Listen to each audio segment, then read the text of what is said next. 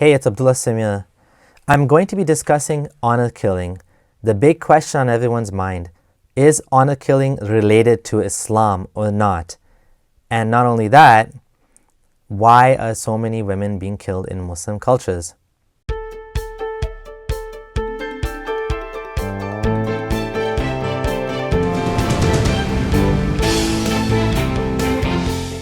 What are honor killings? Well, the term itself is controversial. Many people don't like it because it seems to imply that honor, which is a good thing, and killing, so you're killing someone for honor, for like a good cause, but actually it's an imagined infraction against a family's loss of honor, where a woman is punished for hurting basically their reputation. I'm going to be primarily leaning on the work of Phyllis Chesler. Phyllis is a feminist, a woman who was married to an Afghani man and lived in his country for some time. She has studied this topic in depth for the last 15 years. She's written about it and she has studied it, and she's definitely what you'd call a subject matter expert. I really like the fact that she's not going out of her way in trying to blame Islam, but trying to really tackle where do honor killings come from. Even she finds it complicated, so imagine the rest of us. Now, why is this important? This is a difficult topic to talk about because Muslims are seen as an oppressed minority, and because of post-colonial guilt, many don't want to touch this topic. She writes, in The Death of Feminism, which is one of her books, I write about how Islamic gender apartheid has penetrated the West. She basically says that secular feminists either lump all religions together as either dangerous or inconsequential, or they theoretically view all religions as equally capable of doing either good or evil on earth. They fail to contemplate the ways in which Islam may be and may function differently from other religions in the West. They genuinely, unbelievably do not want to understand the ways in which Islam is different. So what's the verdict?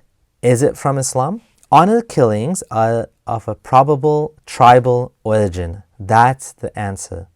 Even though they may not be Islamic per se, there is still a big problem here.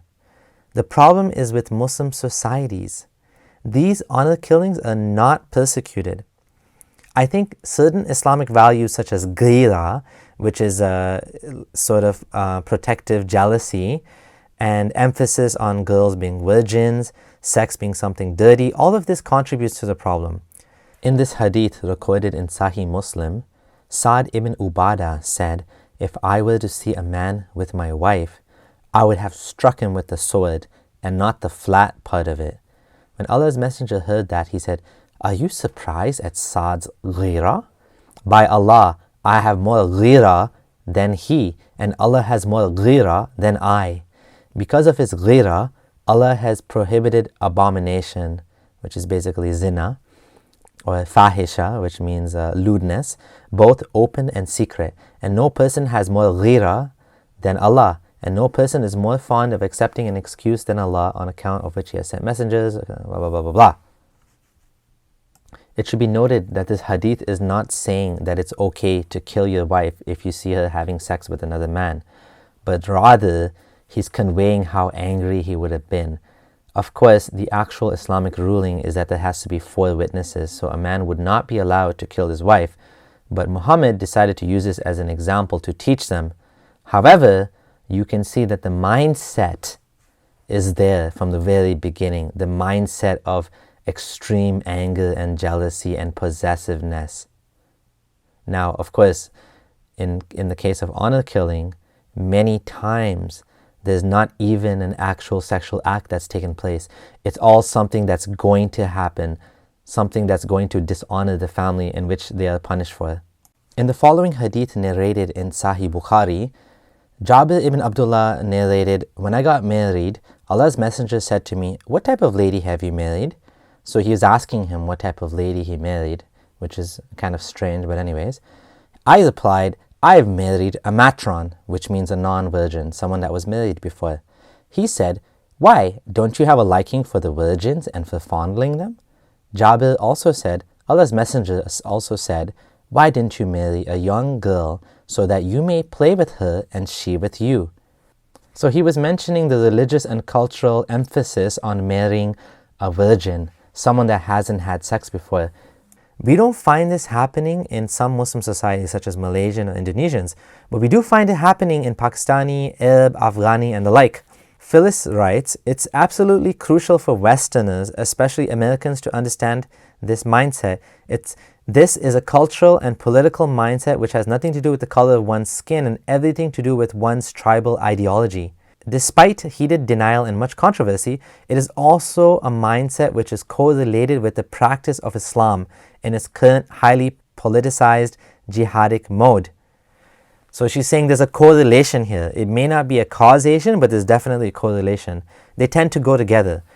I know this is hard for us to believe, but in Muslim majority countries and in many Muslim immigrant communities, an ownership/protective mentality normatively characterizes the relationship of fathers and daughters, husbands and wives, brothers and sisters. Verbal abuse and physical violence are not criminalized. 90% of the women in Pakistan are routinely and savagely beaten in childhood and when they are married, wives and mothers. A recent study confirmed that annually 1 million Pakistani women are beaten while pregnant. According to the Aurat Foundation, a Pakistani human rights organization, at least 675 Pakistani women and girls were murdered during the first 9 months of the calendar year 2011 for allegedly defaming their family's honor. Almost 77% of such honor cases ended in acquittals, meaning no charges. Charges were dropped. As I discussed in my video on Isra Gharib, the same is in Palestine. As I quote, this violence is mainly caused by the lack of strict laws in Palestine and the fact that Palestinian law allows a reduction in the punishment for those who kill women if the crime falls within so-called honor killing. The legal environment is outdated and not suitable for protecting women in Palestine. And this is Nahed Abu Tuaima, coordinator of the Gender Studies program at Bezit University in the West Bank. Why does it happen in the West? She says, once people with such tribal traditions and psychologies travel to the West, the exacting shame and honor code should no longer apply. But apply they do, at least among Muslims and to a lesser extent among Sikhs. In the West, with a few Sikh exceptions, it seemed to be a Muslim-on-Muslim crime. There were many more honor killings in Europe than in America since there was a larger immigrant, mainly Muslim population there. Basically, they bring the dirty laundry here. They come with this tribal mentality to the West, and then they do the same evil things here. Some people will say, well, this is the same as Western domestic violence against women. And this is a very important point.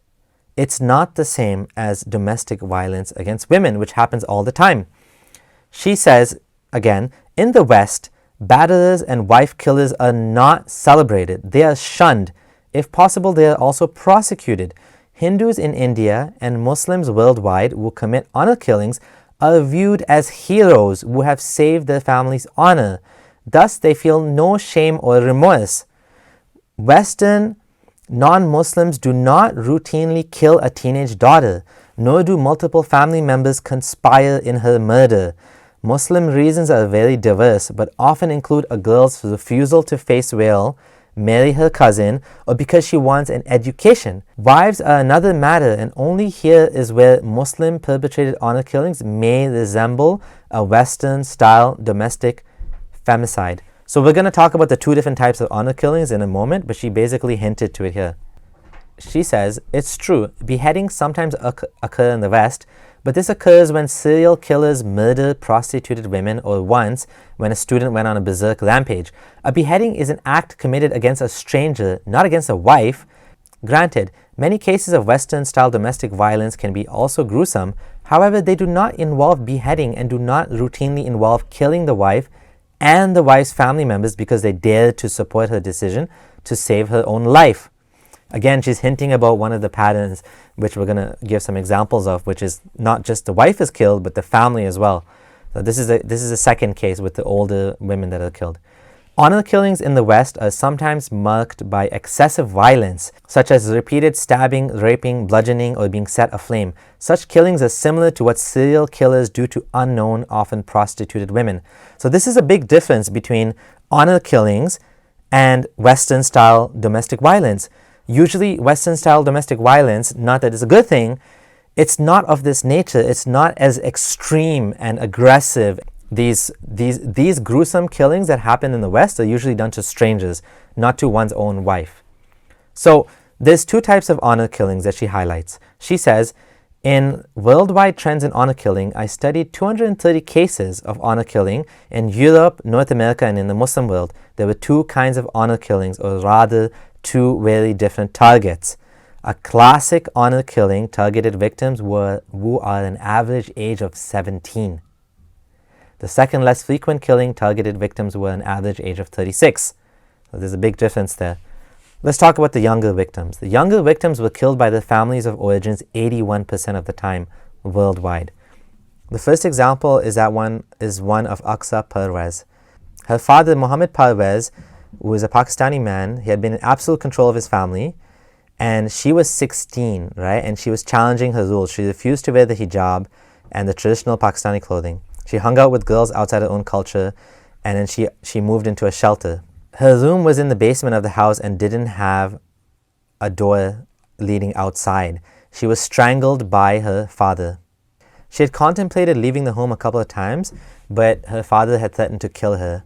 She said he swore on the Quran that he'd kill me if I ever ran away again, right? And she still did. Her mom thought her husband was going to break arms and legs, but instead he killed her. And when she asked her husband why he killed her, he told her, "This is my insult. My community will say you have not been able to control your daughter. This is my insult. She's making me naked," right? She told police that in her Pakistani culture, if a daughter doesn't listen to her parents, she's punished. Either they kill the girl or turn her out of the house, she said.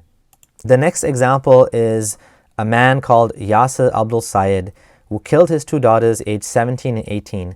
His American child bride, who was obviously an adult at the time of the killing, by the time he killed her, he married her as a child around the age of 14, I believe, assisted in the killing of his two beautiful daughters, aged 17 and 18.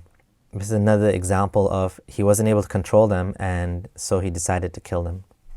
And also Isra Gharib, the 21-year-old lady who was also killed by her, most likely killed by her male family members. The second case is older age women, which most closely resemble the Western-style domestic violence dispute turned murders. They were usually killed by their husbands, but even then there's significant differences. Nearly 44% of the time, murderous husbands were assisted either by their own families or by the victim's family.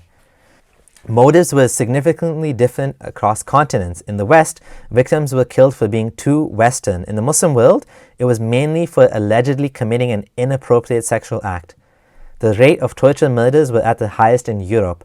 Perhaps those who were tempted to assimilate had to serve as human sacrifices and object lessons of what could happen to those who were too westernized.